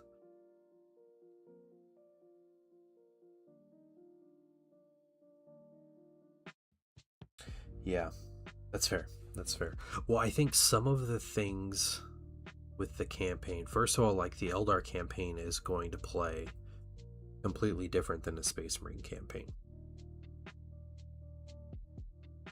So I don't think you're just going to be like conquering worlds and painting the map with the Eldar like you will be for like the Guard and, you know, maybe Space Marines. I don't know if Space Marines would do that. Space Marines might just be more specific, or like transferring, you know, worlds to the Imperium or something. I'm not sure how they'd work. But one thing they were talking about earlier when they were talking about this game was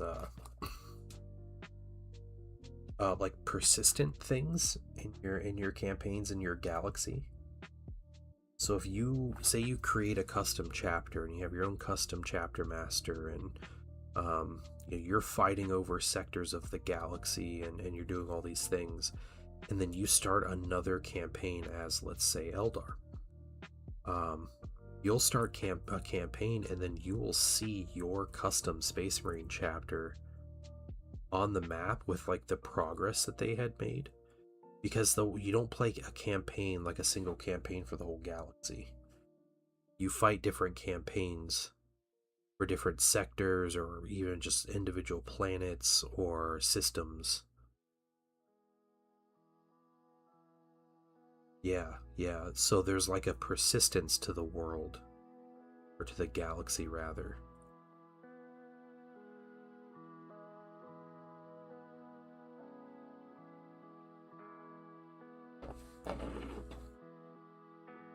Yeah, that's so cool. It is so cool. It's so ambitious. And I try to think of, like, I've been playing Total War games since year 2000. Like when Shogun Total War came out, I was playing that game.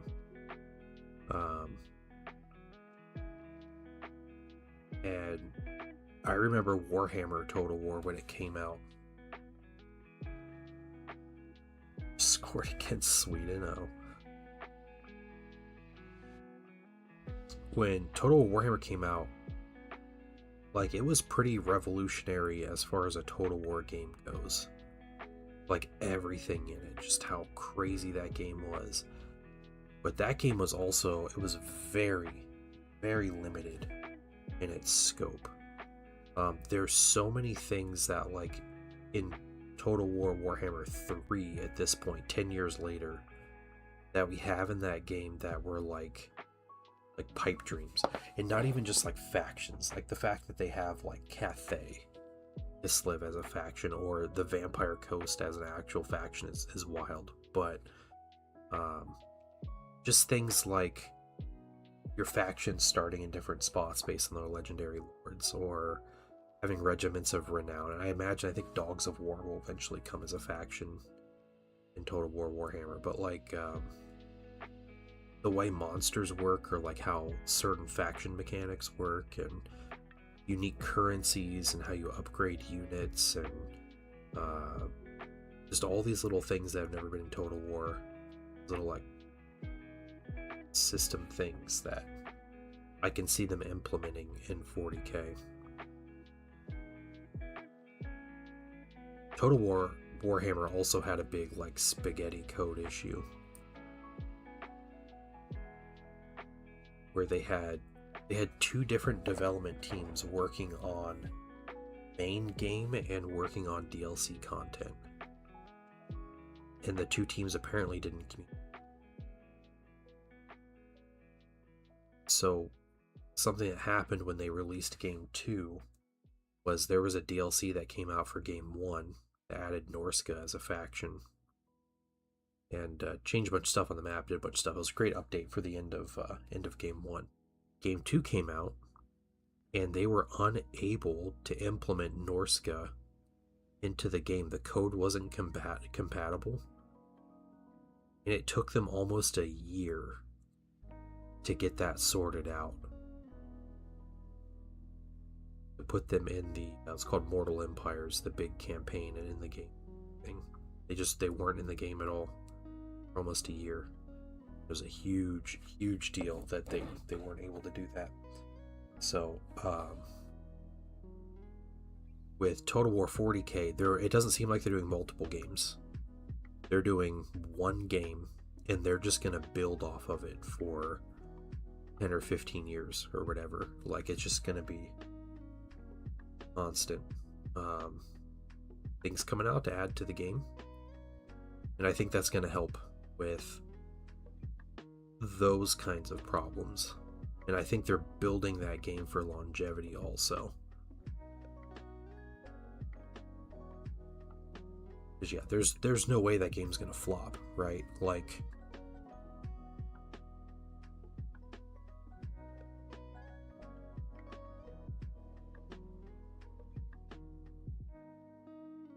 yeah, they're gonna be putting out like DLC, like every faction in 40k is gonna be represented.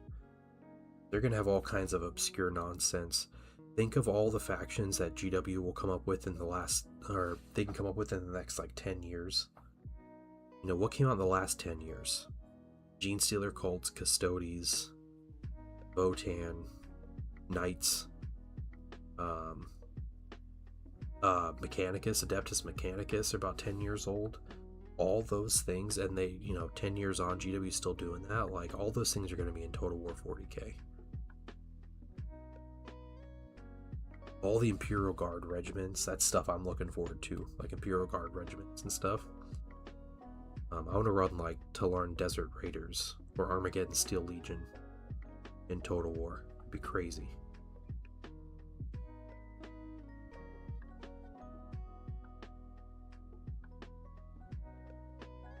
That's first coat of black here. Yeah, Genestealer cults as an army, though, were made for 40k in 8th edition. Yeah, I don't think they didn't get a 7th edition codex. That's what I'm talking about. I mean, all this stuff has been around since Rogue Trader, right? It's just specifically as a 40k faction in the current timeline. Full Metal Skeleton miniatures on eBay. The whole search term from the old brand of Metal Magic. 1990s resculpt. Yeah, I'm not familiar with Metal Magic. Interesting. Yeah. Just looking at old minis through eBay. That's cool.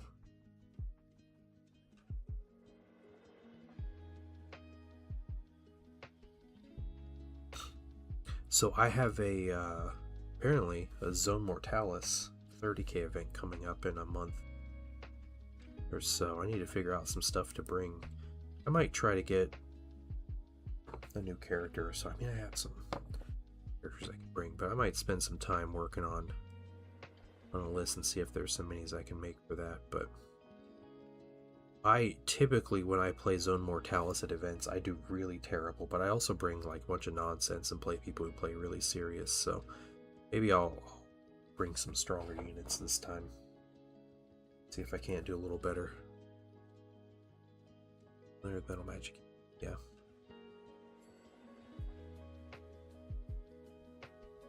Yes, I am aware of Genestealer cults. But I'm talking about at present. So they were in 2nd edition. They weren't in 3rd edition through 7th. They were just like forgotten about children. Then they came back as a full army and a full new release in 8th edition. Not like trying to nitpick here. I'm using them as an example of all the factions that GW has added into 40k in the last like 10 years. Genestealer cults are definitely one of them. Whether people were playing, you know, using their old minis as substitute models in 40k or not, GW wasn't having it. No 8th edition.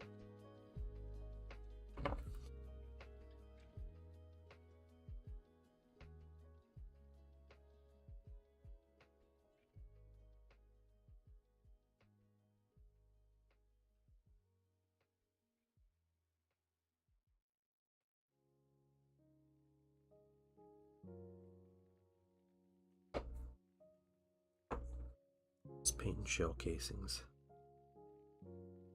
We'll do another coat of black on all these bases, and then that'll be it for these bases and these minis. It's just all the varnishes and finishing touches here,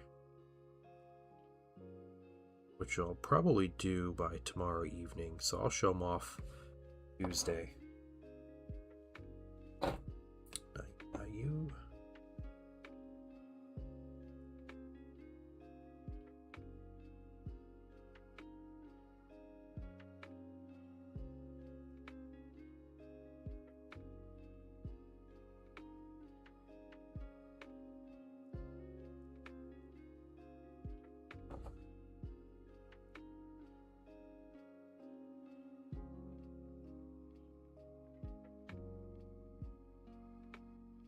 High res such metal.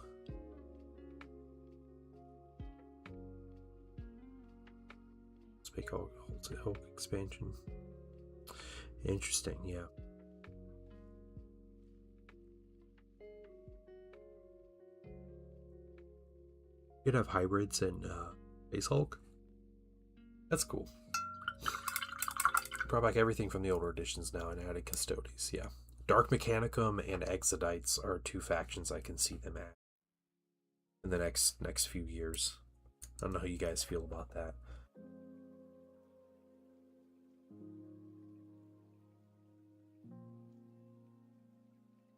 I can also see Primarchs coming back and that expanding the codex list.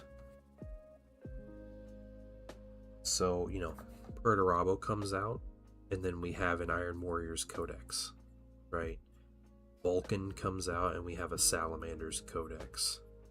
Whether they just do supplements or they add a full codex or not, I don't know, but I can definitely see that being a thing. Exits. Yeah, Renegades. Yeah, Renegade's another good one. That's a really good one. Traitor Guard. Traitor Guard and Cultists and stuff. If they made minis that looked like the old Forge World Brax minis, I would love that. I'd go nuts.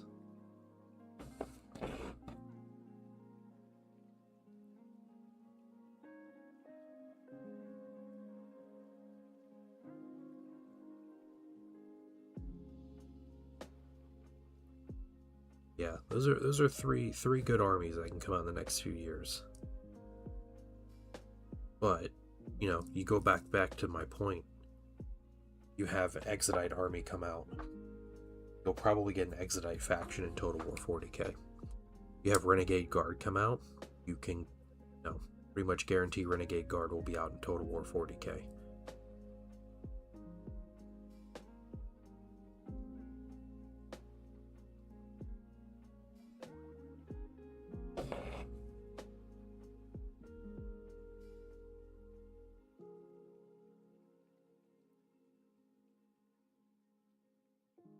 Cool, so still only have a Herman lore. Yeah.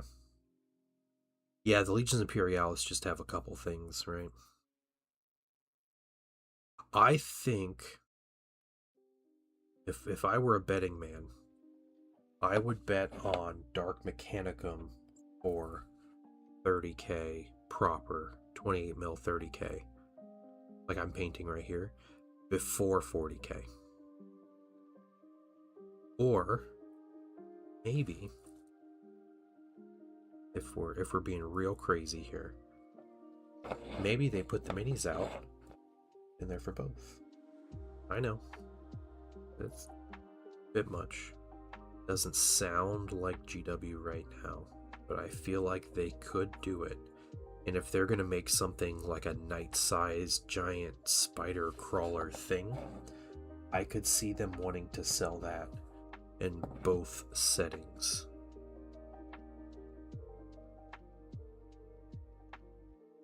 Custodians look on the Legion of Imperial. Yeah, I could see that. Yeah.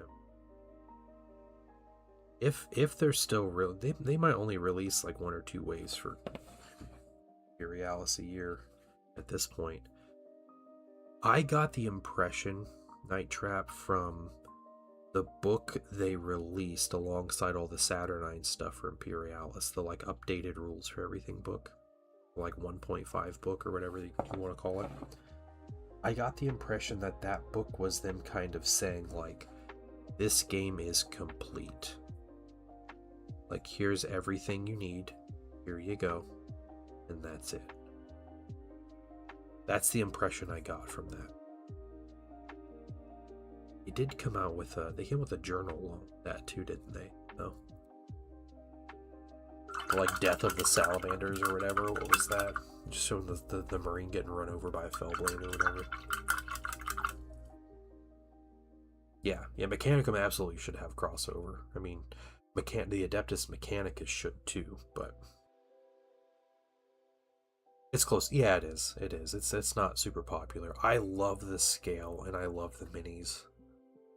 But that game is crazy expensive. Its present form. And not that I can't just 3D print my minis, but it's still just a lot.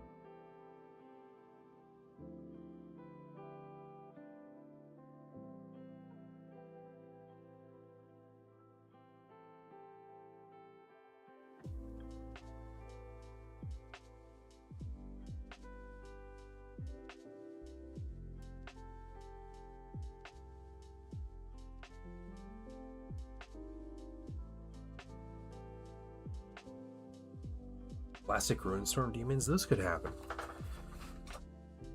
Yeah, I don't see that happening for a while, but some brutes and stuff coming out with like word bearers would be really cool. Guys, we're done with these bases, by the way. We got bases done. And we got the minis to go with them.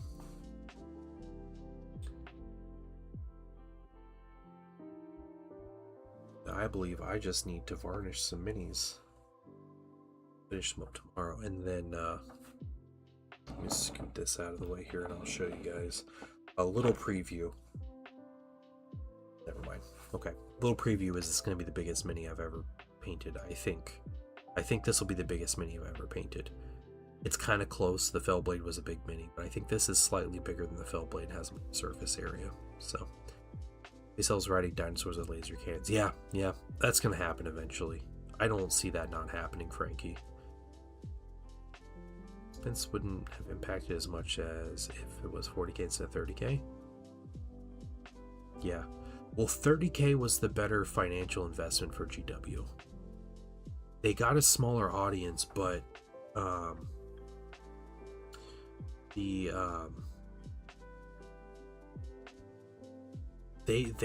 made one core set for Imperialis, and they covered 25 different factions or whatever. Like, you can't do that with 40k. You can do Space Marines and Orcs, but then like one person buys that set and they have two separate armies no matter what. Imperialis, like, that's one big army that you have that you bought. And the Auxilia, like, yeah, any part of that set can be traitor or loyalist.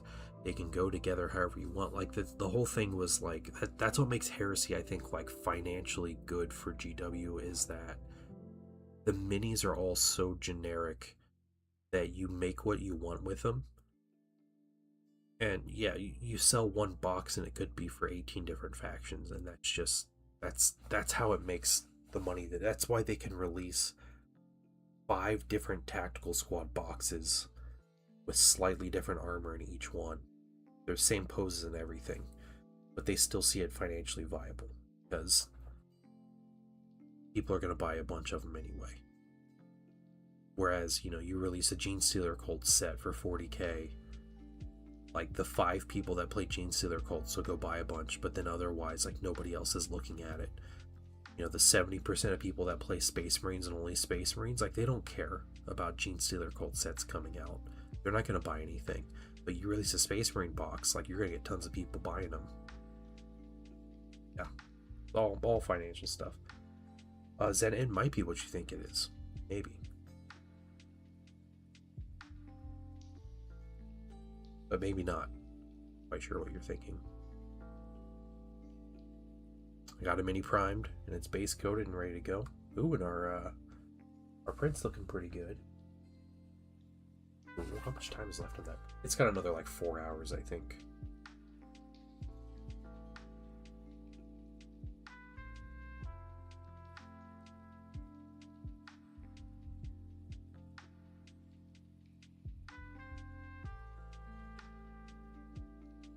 Yeah, it's got 3.5 hours to print. Imperial Agents for 30k, yeah, that'd be cool. Yeah, anything that must stop. Oh, sick. All right, that's so cool. I'm gonna be texting you probably tomorrow, Zen. I want to plan out stuff for this week, but we'll figure that out. Get that together. But yeah, I am going to jump off for the evening, and yeah, I'm gonna go to sleep. So, just have a wonderful day. Like I said, I have a little announcement I'm going to be making tomorrow, maybe tomorrow afternoon. So keep an eye out for that in the Discord. And yeah, and we'll be back Tuesday streaming. So come join me at 11 a.m. Eastern Daylight Time. Hanging out. Yes, have a wonderful evening. Night Trap Zen, Frankie Fingers, Killicam's in there. I didn't see Mydral tonight. Is Mydral here? I hope he didn't miss the stream. Big Papa, good to see you. You guys have a great evening, and I'll see you all on Tuesday.